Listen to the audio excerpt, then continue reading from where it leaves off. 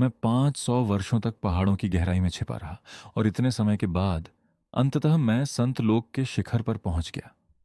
अपनी उपलब्धि पर गर्व महसूस करते हुए मैं पहली बार घाटी से बाहर निकला और तभी मेरा सामना 10,000 वर्ष पुराने एक दानव स्वामी से हुआ। अपने युग के दो सबसे शक्तिशाली प्राणियों के रूप में हमने एक ऐसा युद्ध लड़ा जिसने आकाश को हिला दिया और आसमान को अंधकारमय कर दिया। लेकिन जब युद्ध समाप्त हुआ तो दानव स्वामी अपनी गुफा में वापस चला गया और रात भर एकांतवास में रहा, जबकि मैं अपनी टूटी हुई तलवार पकड़े डर से कांपता हुआ वहीं खड़ा रहा। उस क्षण मैं गंभीरता से सोचने लगा कि क्या मुझ में निहित तंत्र किसी निम्न स्तर के लोक से आया है। अन्यथा ये इस तथ्य को कैसे समझा सकता है कि 500 वर्षों तक साधना करने के बाद भी मैं एक छोटे से सफेद सांप को भी नहीं हरा सका। समस्या का पता लगाने के बाद मैंने साधना को पूरी तरह से त्यागने और एक आलसी जीवन का आनंद लेने का निर्णय लिया। एक दिन घाटी में अपनी सामान्य सैर करते हुए मुझे एक परित्यक्त बच्ची मिली। जिज्ञासावश मैंने अपनी आध्यात्मिक शक्ति से उसकी हालत जांची और मैं सदमे से दंग रह गया। उसके शरीर में खून की एक बूंद भी नहीं बची थी, फिर भी किसी तरह वह जीवित थी। नन्ही सी चमत्कारिक बच्ची को देखकर मैं खुद उसे पालने के बारे में सोचने से खुद को रोक नहीं पाया। कुछ देर सोचने के बाद मैंने अपने 60 से प्राचीन ग्रंथों से युक्त रक्त की एक बूंद को संघनित किया। जैसे ही रक्त का अंतिम चिन्ह बच्ची की छाती में प्रवेश किया, सप्तर्षि मंडल के सातों तारे एक साथ जगमगा उठे। उसके चेहरे पर धीरे धीरे रौनक लौटते देख मैं मुस्कुराया और कहा, अब से तुम्हारा नाम चेन शिंकाई है। देखते ही देखते 6 साल बीत गए। जिस बच्ची को मैंने बचाया था वह एक प्यारी सी नन्ही बच्ची बन चुकी थी। हालांकि मैं खुद को एक बेकार पिता मानता था, फिर भी मैं अपनी बेटी का उज्जवल भविष्य चाहता था। इसलिए जब वो 5 साल की हुई तो मैंने उसे साधना सिखाना शुरू किया। इस समय शिंकाई जमीन पर पालथी मारकर बैठी थी और उसके शरीर के चारों ओर रहस्यमय प्रकाश प्रवाहित हो रहा था। यह स्पष्ट था कि साधना के प्रति उसकी समझ एक असाधारण स्तर तक पहुंच चुकी थी। किसी भी बाहरी संप्रदाय में उसे एक अनमोल खजाने की तरह माना जाता। दुर्भाग्य से उसके पिता ऐसे व्यक्ति थे जो दिन भर आराम करते और कुछ नहीं करते थे। इसी वजह से मुझे इस बात का अंदाजा नहीं था कि उसकी प्रतिभा वास्तव में कितनी अद्भुत थी। जैसे ही शाम हुई, जिंकाई अचानक उसकी ओर कूद पड़ी। पैर फैलाकर वह उत्साह से चिल्लाई, पापा, मुझे अपनी साधना में रुकावट महसूस हो रही है। मुझे लगता है मैं बहुत जल्द टोंगवान क्षेत्र में प्रवेश कर जाऊंगी। मैं मुस्कुराया और बोला, वाह, शिंकाई तो कमाल है। आज रात पापा तुम्हारे लिए इनाम के तौर पर कुरकुरे मशरूम के नाश्ते बनाए तो कैसा रहेगा? उसकी आंखें तुरंत चमक उठी। हाँ हाँ, मुझे पापा सबसे ज्यादा प्यारे हैं। वह खुशी खुशी उछलती हुई हमारी लकड़ी की झोपड़ी की ओर वापस चली गई। उसकी हंसमुख छोटी सी आकृति को दूर जाते हुए देखकर मुझे अंदर से बहुत सुकून मिला। इसी बीच पहाड़ के दूसरी ओर एक बुरी तरह घायल भूरा भालू अपनी जान बचाने के लिए भाग रहा था। वह इतना थक गया था कि पहाड़ की तलहटी में बेहोश होकर गिर पड़ा। कुछ देर बाद भालू आखिरकार जागा। उसने सबसे पहले एक छोटी सी बच्ची को उत्सुकता से उसे घूरते हुए देखा। देखते ही देखते वह सतर्क और आक्रामक हो गया। हालांकि वे अभी बच्ची ही थी, लेकिन वह पहले ही टोंगवान क्षेत्र में पहुंच चुकी थी। अगर वह बच गई और बढ़ती रही तो भविष्य में मानव जाति को एक और संत मिल जाएगा। उस आध्यात्मिक जड़ी बूटी के बारे में सोचकर, जिसे उसने 300 वर्षों तक उगाया था और जिसे मनुष्यों ने चुरा लिया था, उसका हृदय क्रोध से भर गया।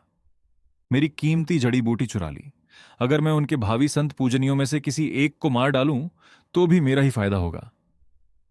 इसी सोच के साथ समलैंगिक भालू अपने शरीर में बची आखिरी शक्ति को इकट्ठा करने लगा। लेकिन इससे पहले कि वह कुछ कर पाता, शंकाई ने अचानक अपनी कोमल आवाज में पुकारा, पापा, जल्दी आइए, यह भालू जाग गया लगता है। फिर उसने कहा, और अगर आसपास कोई वयस्क हो तो उसे भी मार डालिए। जैसे ही समलैंगिक भालू ने मारने का जरा सा भी इरादा छोड़ा, उसे अपने ऊपर एक असहनीय दबाव महसूस हुआ। उसका शरीर बेकाबू होकर कांपने लगा। जहां तक मेरी बात है, मैं लापरवाही करने की हिम्मत नहीं कर सकता था। सालों पहले उस छोटे सफेद सांप द्वारा छोड़ा गया आघात अभी भी मेरी यादों में ताजा था। इसलिए मैंने अपनी आध्यात्मिक शक्ति से भालू की सावधानीपूर्वक जांच की। वाकई वह दयनीय रूप से कमजोर और बुरी तरह घायल था। वास्तव में वह मेरी बेटी से बस थोड़ा ही ताकतवर था। यह देखकर मुझे आखिरकार राहत मिली। मैं पास गया और लापरवाही से भालू के नितंब पर एक लात मार दी। भूरा भालू अभी दया की भीख मांगने ही वाला था कि शिंकाई ने उत्सुकता से पूछा, पिताजी, ये एक सामान्य भालू है या कोई राक्षसी जानवर? यह सवाल सुनकर भूरा भालू तुरंत अपनी पीठ के बल लेट गया और अपना पेट दिखाया, और उसने जितना हो सके उतना भोला भाला चेहरा बना लिया। मैंने धीरे से शिंकाई के सिर पर हाथ फेरा और कहा, अगर यह कोई राक्षसी जानवर है तो पापा को इसे हटाना पड़ेगा, लेकिन इसके व्यवहार से तो यह एक साधारण भूरे भालू जैसा लग रहा है। मैं इस पर एक प्रतिबंध लगा देता हूं और तुम्हें इसे पालतू जानवर के रूप में रखने देता हूं। शिंकाई तुरंत उत्साहित हो गया। सच में? क्या इसका मतलब है कि मुझे खेलने के लिए एक दोस्त मिलेगा? धन्यवाद पापा। इस बीच भूरा भालू मन ही मन अपनी बुद्धिमत्ता की प्रशंसा कर रहा था। उसने अपना मुलायम सिर शिंकाई के हाथ से रगड़ा। मैंने सुनहरी ऊर्जा की एक धारा को संघनित किया और उसे भालू के माथे पर इंगित किया। उसी समय भालू ने महसूस किया कि उसके पुराने घाव तेजी से ठीक हो रहे हैं। मैंने समझाया, मैंने इसके शरीर के अंदर एक प्रतिबंध लगा दिया है। अगर इसने कभी तुम्हें नुकसान पहुंचाने के बारे में सोचा भी तो इसे असहनीय दर्द होगा। शिंकाई खुशी से ताली बजाने लगा। यह बहुत बढ़िया है नन्हे भूरे भालू। चलो, मैं तुम्हें अपने लगाए हुए फलों के पेड़ दिखाता हूं। समलैंगिक भालू मना करने की हिम्मत नहीं कर सका और छोटी बच्ची के पीछे पीछे जंगल में और अंदर चला गया। चलते चलते अचानक उसके मन में एक साहसिक विचार आया। अगर वह किसी तरह इस बच्ची को वश में कर ले तो क्या वह अप्रत्यक्ष रूप से, क्या तुम उस भयानक संत को भी काबू में कर पाओगे? भालू खुशी खुशी योजना बना रहा था कि अचानक उसने शिनाकाई को चलते हुए देखा। वह लगभग उससे टकरा ही गया। पल भर में उसके दिल में दहशत भर गई। ये छोटी बच्ची क्या कर रही है? अगर मैं गलती से उससे टकरा गया तो 10 जिंदगियां भी इसके अंजाम की भरपाई के लिए काफी नहीं होंगी। जैसे ही उसके मन में शिनाकाई के प्रति जरा सा भी गुस्सा आया, उसका दिल अचानक इतनी तेजी से धड़कने लगा मानो फटने वाला हो। दर्द इतना तेज था कि वह जमीन पर गिर पड़ा और तड़पने लगा, मानो अनंत काल बीत गया हो। तब जाकर दर्द कम हुआ। भालू पूरी तरह से बेबस होकर एक मरे हुए कुत्ते की तरह वहीं पड़ा रहा। अचानक शिनाकाई का छोटा सा चेहरा उसके ऊपर दिखाई दिया। उसने शरारती मुस्कान के साथ कहा, पापा का प्रतिबंध वाकई बहुत सख्त है। छोटे भूरे भालू, तुम थोड़ी देर पहले मुझे मारने की सोच रहे थे, है ना? हालांकि भूरा भालू पूरी तरह से कांप रहा था, फिर भी उसने खुद को मासूम और भ्रमित दिखाने की कोशिश की। उसका यह मजाकिया चेहरा देखकर शिनाकाई जोर से हंस पड़ी। लिटिल ग्रे, अगर मैंने तुम्हें पहले कई बार टोका ना होता तो क्या तुम्हें लगता है कि मेरे पिताजी ने तुम्हारे टुकड़े टुकड़े कर दिए होते? बोलते बोलते उसने उसके मुलायम सिर पर धीरे से थपथपाया। पता नहीं क्यों, लेकिन मेरे पापा को राक्षसी जानवर बिल्कुल पसंद नहीं है। यह शब्द सुनकर भूरा भालू तुरंत घुटनों के बल बैठ गया। शिंकाई ने शांत भाव से कहा, उठो, मुझे खेलने के लिए कोई चाहिए, लेकिन मुझे धोखा पसंद नहीं है। पापा हमेशा कहते हैं कि दोस्तों को एक दूसरे के प्रति ईमानदार रहना चाहिए। फिर वह मुस्कुराई और बोली, लेकिन तुम मेरे दोस्त नहीं हो, तुम मेरे पालतू हो। भूरा भालू वहीं जम गया। हमेशा मेरे साथ ईमानदार रहना, समझे? उसी क्षण भूरे भालू को आखिरकार एहसास हुआ कि बुद्धि के मामले में यह छोटी लड़की उससे कहीं आगे है। उसके मन में चल रही हर छोटी मोटी योजना पल भर में गायब हो गई। अब वह सिर्फ यह जानना चाहता था कि किस तरह के वातावरण में ऐसा भयानक छोटा राक्षस पैदा हो सकता है। यह पता लगाने में ज्यादा समय नहीं लगा, क्योंकि शंकाएं उसे कभी भी फलों के पेड़ दिखाने नहीं ले गई। इसके बजाय वह उसे एक छिपी हुई गुफा में ले गई। अंधेरे प्रवेश द्वार को देखकर भूरे भालू को अपने वंश से गहरा भय महसूस हुआ। हालांकि वह अंदर कुछ भी नहीं देख पा रहा था, फिर भी उसे भागने से रोकने के लिए अपनी पूरी इच्छा शक्ति लगानी पड़ी। तभी शंकाए खुशी खुशी गुफा के प्रवेश द्वार पर दौड़ी और चिल्लाई, मास्टर शियाओई, आइए देखिए, मुझे एक नया पालतू जानवर मिला है। कुछ क्षण बाद एक छोटा सफेद सांप धीरे धीरे गुफा से बाहर निकला। उसने अपनी ठंडी आंखों से भूरे भालू पर एक नजर डाली। उस पल भूरा भालू इतना भयभीत हो गया कि वह तुरंत घुटनों के बल गिर पड़ा। छोटे सफेद सांप ने उसे घृणा से देखा। हमें अब उस बड़े बेवकूफ भालू के बारे में चिंता करने की कोई जरूरत नहीं थी। शंकाई ने यह कहते हुए एक किताब निकाली। किताब के कवर पर लिखा था, अभिमानी संत आदरणीय मुझसे प्यार कर बैठे, खंड 2। उसने खुशी से उसे ऊपर उठाया और कहा, मैंने इसे पूरा पढ़ लिया है, मैं इसे खंड 3 से बदलने आई हूं। छोटी सफेद नागिन हैरान होकर बोली, इतनी जल्दी? फिर उसने धीरे से सांस ली और दूसरा खंड तुरंत उसके मुंह में चला गया।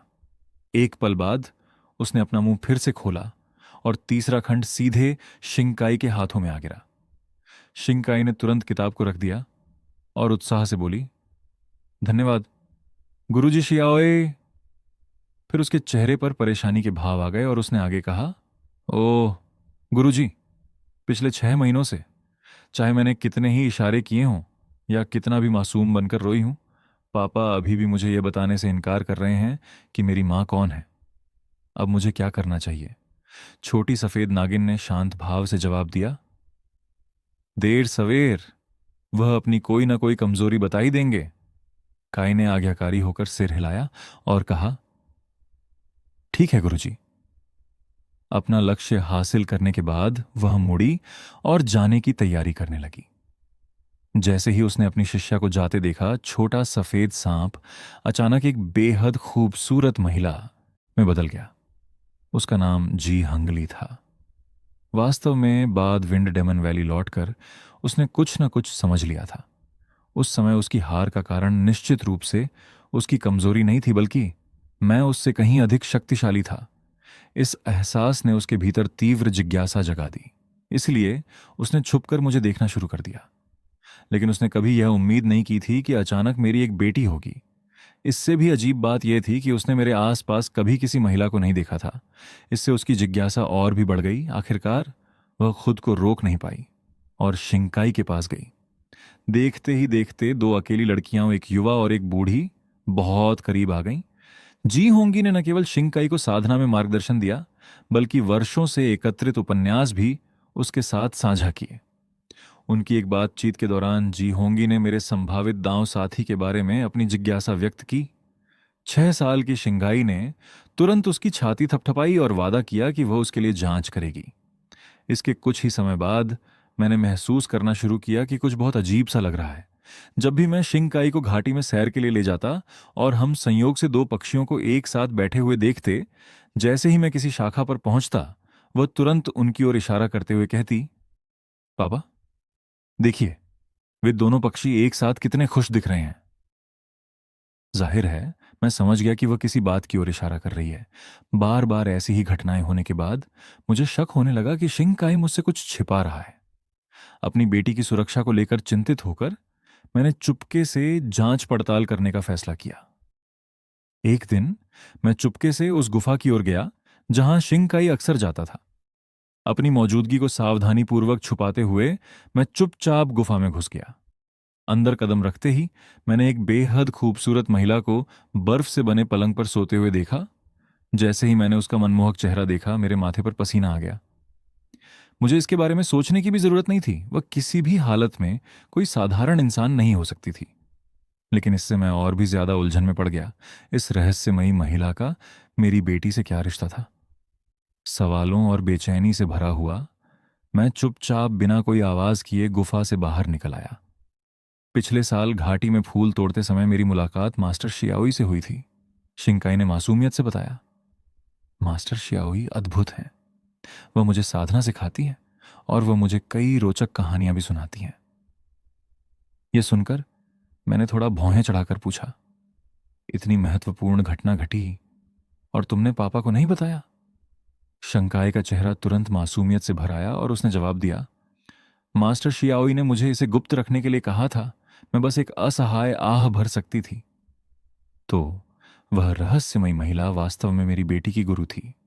जब मैं अपनी बेटी से जुड़ी हर बात से परेशान थी, तभी मध्य राज्य के शाही शहर में एक बिल्कुल अलग दृश्य सामने आ रहा था। हजारों साधक स्वर्गीय स्मारक मंडप के सामने एकत्रित थे, जो शताब्दी में एक बार होने वाले स्वर्गीय स्मारक समारोह की प्रतीक्षा कर रहे थे। स्मारकों में मानव जाति की सबसे उत्कृष्ट प्रतिभाओं का रिकॉर्ड था। मानव स्मारक में नई पीढ़ी के सबसे होनहार युवा प्रतिभाओं की सूची थी। पृथ्वी स्मारक में संत स्तर से नीचे के सबसे शक्तिशाली साधकों का स्थान था, और स्वर्ग स्मारक में वर्तमान युग के सभी संत पूज्यों का रिकॉर्ड था। जैसे ही एक सुनहरे कवचधारी रक्षक ने जोर से घोषणा की, स्मारक खोलो, मानव स्मारक पर तुरंत चमकदार सुनहरे शब्द दिखाई देने लगे। रैंक 100 श्वेंटियन तलवार का लुमिंगवान संप्रदाय में बैंगनी धुंध महल की लानो 99वें स्थान पर, ठंडर पेवेलियन की रानी यू 98वें स्थान पर थीं। एक के बाद एक नाम सामने आते गए और भीड़ ईर्ष्या से देखती रही। जब महान जो राजवंश की राजकुमारी जिनक्सु का नाम तीसरे स्थान पर आया, तो पूरा चौक सदमे से भर गया। राजकुमारी जिनक्सु तो सिर्फ तीसरे स्थान पर हैं, तो फिर शीर्ष दो कितने असाधारण होंगे। जल्द ही दूसरे स्थान का नाम सामने आया, हांग परिवार के हांग जियांगलोंग लिंगजो। उसी समय एक 5 वर्षीय बच्चे की छवि सबके सामने प्रकट हुई। उसकी बाईं आंख एक अजीब से कीड़े जैसी पुतली थी, जबकि उसकी दाहिनी आंख के अंदर 3 खून जैसे लाल तारे घूम रहे थे। किसी ने तुरंत हैरानी से चिल्लाया, स्वर्ग भेदी संत का शरीर। ताइचू संप्रदाय के प्रधानाध्यापक इतने उत्साहित हो गए कि उन्होंने अपनी कुर्सी का आर्मरेस्ट तोड़ दिया। उनके पास न केवल स्वर्ग भेदी संत का शरीर है, बल्कि उनमें सर्वोच्च रक्त भी समाया हुआ है। जैसे ही मानव स्मारक अपनी प्रतिभा के स्रोत का पता लगाने लगा, हांग परिवार के मुखिया हांग तियांग ने अचानक दृष्टि को अवरुद्ध करने के लिए एक काला पर्दा फेंक दिया। क्या? हांग परिवार का मुखिया मानव स्मारक के काम में दखल देने की कोशिश कर रहा है? लेकिन ठीक उसी क्षण, अगले ही पल, स्मारक की सुनहरी रोशनी ने सहजता से काले पर्दे को चीर दिया। दृश्य जारी रहा। सभी ने 2 नवजात शिशुओं को अगल बगल लेटे देखा। बच्ची के ऊपर एक विशाल रक्त मोती तैर रहा था, जो लालच से उसका रक्त सोख रहा था। जैसे ही उसका सारा रक्त निकल गया, उसके शरीर के भीतर से एक गहरा लाल रक्त मोती प्रकट हुआ। यह पौराणिक सर्वोच्च रक्त था। जैसे ही यह प्रकट हुआ, एक व्यक्ति ने इसे पकड़ लिया और जबरदस्ती नवजात शिशु के शरीर में प्रत्यारोपित कर दिया। पूरी भीड़ क्रोध से भड़क उठी। कितना दरिंदा है! उसने अपने बेटे की प्रतिभा को निखारने के लिए अपनी ही बेटी का खून निकाल लिया। लेकिन तभी कुछ और भी चौंकाने वाली घटना घटी। मानव स्मारक ने धीरे धीरे नंबर 1 प्रतिभाशाली हांग्यू चान का नाम प्रकट किया, लेकिन सबके सामने ही नाम अचानक बदल गया और पूरी तरह से अलग नाम चेन शिंग काई में तब्दील हो गया। भीड़ तुरंत पागल हो गई। नाम बदल गया। नाम सचमुच बदल गया। सभी जानते थे कि मानव स्मारक अमरलोक से आया है और स्वचालित रूप से व्यक्ति के वास्तविक मूल का पता लगा लेता है। यदि नाम बदल जाता है, तो इसका मतलब है कि वह व्यक्ति अपनी पिछली पहचान से पूरी तरह से अलग हो गया है। हांग कांग की बेटी से जुड़े इस घोटाले के साथ क्रोधित हांग परिवार तुरंत चौंक छोड़कर चला गया। मानव स्मारक की सुनहरी रोशनी फीकी पड़ने के बाद ही शोरगुल वाली भीड़ धीरे धीरे शांत हुई। जल्द ही पृथ्वी स्मारक ने अपनी रैंकिंग प्रकट करना शुरू कर दिया। रैंक 79, यिंगजुजू, श्वानी संप्रदाय के नेता। मानव निर्मित स्मारकों की तुलना में पृथ्वी पर रैंकिंग स्मारक में मामूली बदलाव आया। जैसा कि उम्मीद थी, प्रथम स्थान अभी भी महान जो राजवंश के चुनफोंग के पास था। पृथ्वी स्मारक के पूरा होने के बाद अंततः भव्य समापन आ गया, स्वर्ग स्मारक। इस क्षण चौक में मौजूद सभी लोगों ने अपनी सांसें थाम ली। सुनहरे शब्द धीरे धीरे प्रकट हुए। रैंक 12, युनफू के संत स्वामी चू हुआई जो। पूरा चौक तुरंत चर्चा में जुट गया। चू हुआई जो लगभग 3000 वर्षों में संत क्षेत्र तक पहुंचने वाले एकमात्र व्यक्ति थे। अंतिम स्थान पर होना अपने आप में आश्चर्यजनक नहीं था। समस्या यह थी कि पिछले समारोह में उन्हें 11वां स्थान मिला था। सबके मन में एक भयानक विचार घर करने लगा। जैसे जैसे परिचित नाम एक के बाद एक प्रकट होते गए, वातावरण और भी गंभीर होता गया। फिर जब अंततः दूसरे स्थान की रैंकिंग का खुलासा हुआ, तो पूरा चौक सन्नाटे में डूब गया। किसी ने बोलने की हिम्मत नहीं की। फिर भी बहती हुई सुनहरी रोशनी अभी भी नहीं रुकी थी। अंत में प्राचीन सुनहरे पाठ की अंतिम पंक्ति प्रकट हुई। रैंक 1, चेन चेनुन। ठीक उसी क्षण घाटी में शिंकाई की स्पष्ट आवाज ने अचानक मेरे विचारों को बाधित कर दिया। पिताजी, आप क्या सोच रहे हैं? किस बारे में? खाना बनाने के बाद से तुम्हारा ध्यान कहीं और ही भटक रहा है। मैंने उसकी तरफ देखकर पूछा, पापा, तुमसे कुछ पूछना चाहते हैं। तुमने जिस मास्टर शियाओई का जिक्र किया था, क्या उन्हें कोई खास चीज पसंद है? यह सुनते ही शिनाकाई की आंखें खुशी से चमक उठी। पापा, तो आप मास्टर शियाओई के बारे में सोच रहे थे? मैंने उसके छोटे से सिर पर हाथ फेरा और जवाब दिया, बेशक, वो तुम्हारी साधना गुरु हैं। तुम्हारे बड़े होने के नाते मुझे उनसे मिलने जाना चाहिए और उनका शुक्रिया अदा करना चाहिए। शिनाकाई ने तुरंत निराशा में अपना सिर नीचे कर लिया और धीरे से बुदबुदाई। मुझे लगा था कि पापा को आखिरकार समझ आ गया है। फिर उसने ऊपर देखा और बोली, मास्टर शियाओई को सबसे ज्यादा दिलचस्प चीजें पसंद हैं। पिछली बार जब मैंने उन्हें अपना बनाया हुआ टिड्डे का खिलौना दिखाया था तो वो बहुत खुश हुई थीं। ये सुनकर मैं चुपचाप सोचने लगा। अचानक मेरे दिमाग में एक अच्छा विचार आया। अगली सुबह जब मैं चिंकाई को युंजो, जो के ऊपर उसके गुरु से मिलने ले जा रहा था, तो एक बूढ़ा आदमी उड़ती हुई तलवार पर खड़ा था और उसके हाथ में खून जैसे लाल रंग का जेड पत्थर था। ऐसा लग रहा था जैसे वह किसी चीज का पता लगा रहा हो। कुछ ही क्षणों में उसने दिशा बदल दी और तेजी से पवन दानव घाटी की ओर उड़ गया। इसी बीच शिंकाई और मैं गुफा के प्रवेश द्वार पर पहुंच चुकी थी। उत्साह से भरी हुई वो आगे दौड़ी और चिल्लाई, मास्टर शियाओई! उसकी आवाज गूंजते ही गुफा के सामने अचानक एक सुंदर आकृति प्रकट हुई। हालांकि मैंने उसे केवल दूसरी बार देखा था, फिर भी मैं उसे दोबारा देखने से खुद को रोक नहीं पाया। लेकिन उन दो नजरों के बाद मेरे दिल में एक अजीब सी भावना पैदा हुई। ऐसा लगा जैसे मैंने उसे पहले कहीं देखा हो। उसी समय सफेद वस्त्र पहने महिला ने चुपचाप मेरी ओर देखा और मन ही मन सोचा, यह आदमी फिर से और भी शक्तिशाली हो गया है। हम दोनों गुफा के प्रवेश द्वार पर खड़े एक दूसरे को देखते रहे। तभी शिंकाय खुशी खुशी हमारे बीच दौड़ा और हमारा परिचय कराया। पिताजी, ये मेरे गुरु शाह हैं। मैंने विनम्रता से हाथ जोड़कर कहा, मैं आज खास तौर पर अपनी बेटी को सिखाने के लिए आपको धन्यवाद देने आया हूं। बोलते हुए मैंने एक लकड़ी का शतरंज का बोर्ड निकाला। ये छोटी सी चीज मैंने खुद बनाई है।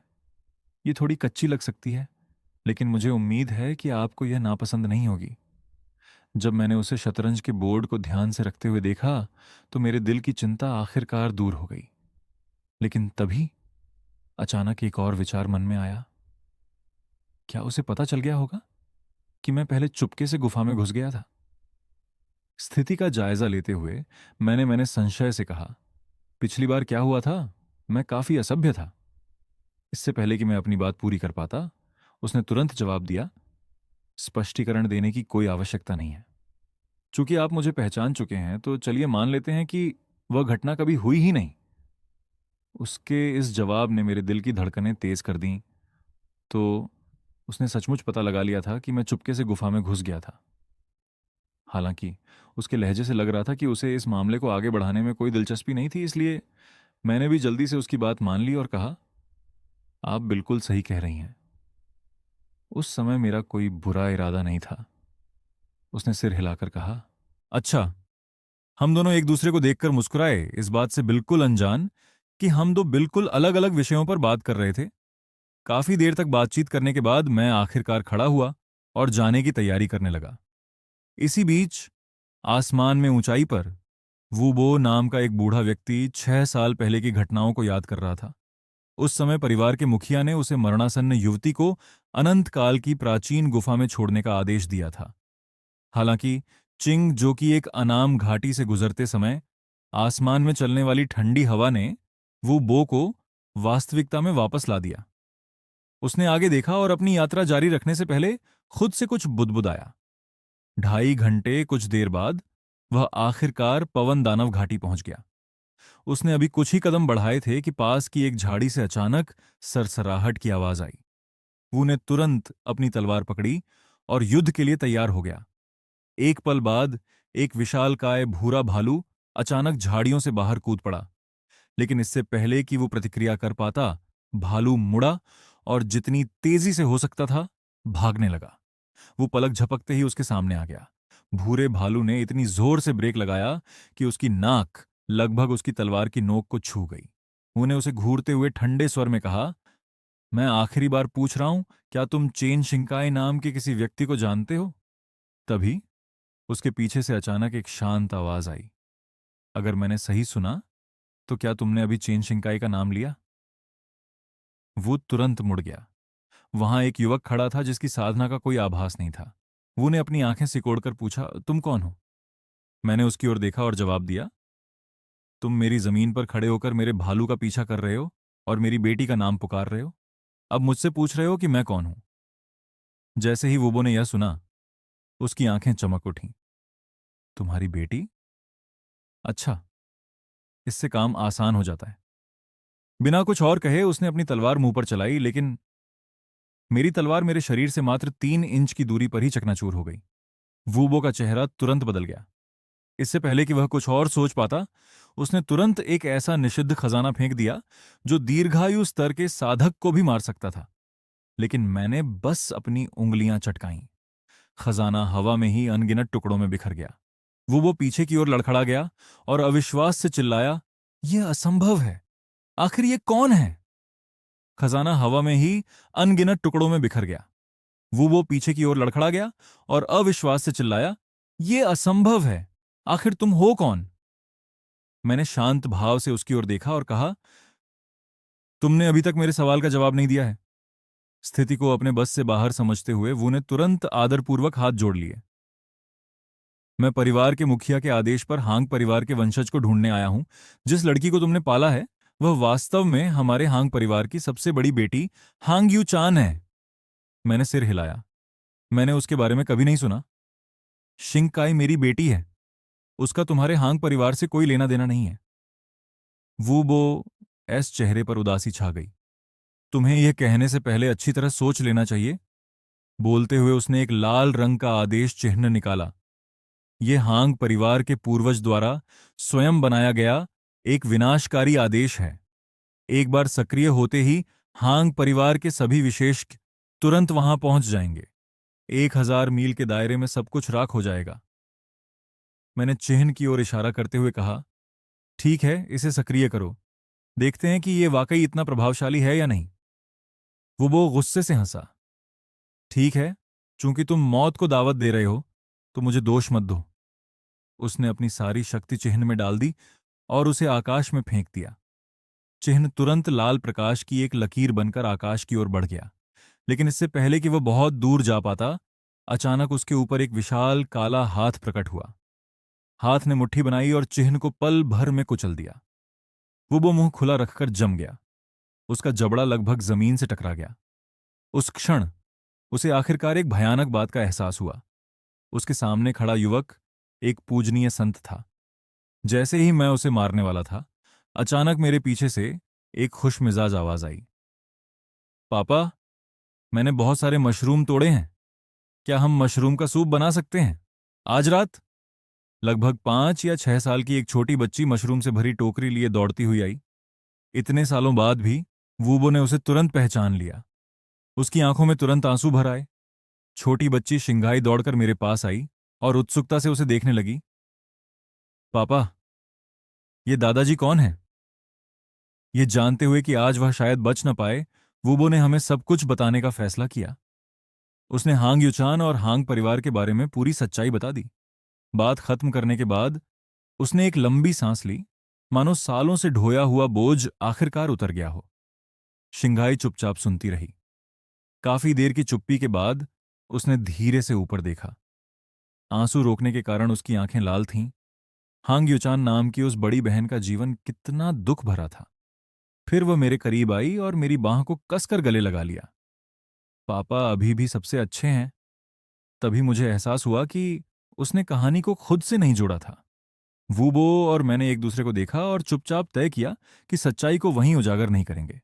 कुछ देर बाद शिंकाई ने अपने आंसू पोंछे और धीरे से बोली, पापा, मैं मास्टर शियाओई से मिलने जा रही हूं।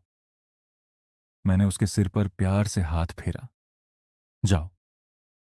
शंकाई ने सिर हिलाया और धीरे धीरे चली गई। उसका छोटा सा शरीर असामान्य रूप से अकेला लग रहा था। उसके चले जाने के बाद मैं वू की ओर मुड़ा। तुम्हें आज मर जाना चाहिए था, लेकिन तुमने 6 साल पहले जो दया दिखाई थी उसे जीने का मौका देकर मैं तुम्हें बख्श रहा हूं। तुम्हारे पास दो विकल्प हैं। पहला, मैं तुम्हें अभी मार दूं। दूसरा, मैं तुम पर एक पाबंदी लगाता हूं और तुम इस घाटी में रहकर शिंकाई की देखभाल करो। इसे उसके उस नीच बाप के पापों का प्रायश्चित समझो। वूबो ने एक पल भी संकोच नहीं किया। मैं यहीं रहकर उस युवती की देखभाल करना चुनता हूं। मैंने अपना हाथ उठाया और उसके माथे को छूकर उस पर एक पाबंदी लगा दी। उस शाम वूबो ने शिंकाई को आंगन में उदास खड़ा देखा। वह उसके पास गया और धीरे से पूछा, क्या हुआ? शिंकाई कुछ देर चुप रही, फिर बोली, मुझे असल में पता चल गया है। मैं हांग युआन हूं, है ना? मैंने ना समझने का नाटक किया क्योंकि मैं नहीं चाहती थी कि पिताजी सोचें कि मैं उनकी असली बेटी नहीं हूं। वूबो ने उसे तुरंत दिलासा दिया, छोटी बच्ची, ऐसा मत सोचो। ये बूढ़ा नौकर साफ देख सकता है कि तुम्हारे पिता सचमुच तुम्हारी परवाह करते हैं।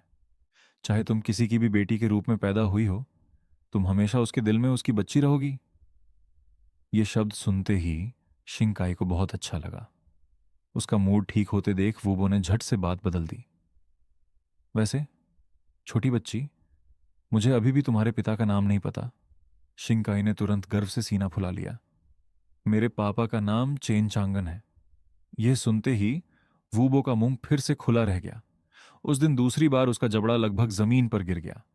जिस व्यक्ति ने छोटी बच्ची को गोद लिया था वह वास्तव में स्वर्ग स्मारक पर नंबर 1 संत पूज्य थे, चेन चांगन। अगली सुबह मैं अभी आंगन में कदम ही रखा था कि अचानक मेरे दिमाग में सिस्टम की आवाज गूंजी। दैनिक साइन इन सफल। 30 साल की साधना का इनाम, अतिरिक्त इनाम, सर्वोच्च अमर कला, अवतार अवतार। मेरी आंखें तुरंत उत्साह से चमक उठीं। बिना समय बर्बाद किए मैंने एक अवतार बनाया। इतने सालों तक पहाड़ों में छिपे रहने के बाद मुझे अचानक दुनिया घूमने का मन हुआ। उसी समय गुफा के भीतर गहराई में बर्फ के बिस्तर पर लेटी हुई जिहुंग के असली शरीर ने अचानक अपनी आंखें खोल दी। वह धीरे धीरे खड़ी हुई और सोच में डूब गई। 10,000 के लिए सालों से मैंने सचमुच ये नहीं देखा कि दुनिया कितनी बदल गई है। उसने हवा में हाथ हिलाते हुए सहजता से इशारा किया और धीरे धीरे उसके सामने एक क्लोन प्रकट हो गया। मेरे लिए दुनिया की खोज करो। 2.5 दिन बाद, लगभग 1,000 मील की यात्रा करने के बाद, मेरा अवतार एक छोटे से सराय में पहुंचा। स्वादिष्ट भोजन का आनंद लेने के बाद मैंने बिल चुकाने के लिए अपनी कमर की ओर हाथ बढ़ाया। तभी मैं जम गया।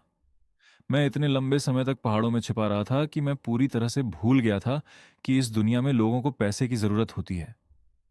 पास खड़ा वेटर तुरंत असहज भाव से देखने लगा। तभी मेरे बगल से एक ठंडी आवाज आई, मैं इस सज्जन के लिए भुगतान करूंगा। मैंने तुरंत कृतज्ञता से उस युवक की ओर देखा, लेकिन इससे पहले कि मैं उसे धन्यवाद दे पाता, पास से एक उपहास भरी आवाज आई, श्याओ यू, तुम श्याओ परिवार में पहले से ही गुजारा करने के लिए संघर्ष कर रहे हो, फिर भी उदारता का दिखावा कर रहे हो। युवा मालिक की आंखों में उपहास भरा था। अगर शियाओ लिंगर ने इतने सालों तक तुम्हारी रक्षा न की होती तो मैं करता। उसके एक अनुयायी ने तुरंत उसे बीच में ही रोक दिया। युवा स्वामी जंग, आपको सबसे बड़ी युवती का जिक्र यूं ही नहीं करना चाहिए। जंग शिया ने चिढ़कर कहा, डरने की क्या बात है? वह लड़की तो 2 साल पहले ही चली गई, कुछ समय पहले। सब जानते हैं कि ज्याओ यू अब एक मजाक है। 5 साल पहले वह जेडमिस्ट क्षेत्र के शिखर पर एक प्रतिभाशाली व्यक्ति था, लेकिन पिछले साल नगर स्वामी भोज में वह सबसे बुनियादी जेडमिस्ट तकनीक भी नहीं कर पाया। यह सुनकर मेरी दिलचस्पी तुरंत जाग उठी। एक प्रतिभाशाली युवा स्वामी का अपमान होना और परिवार का कचरा बन जाना।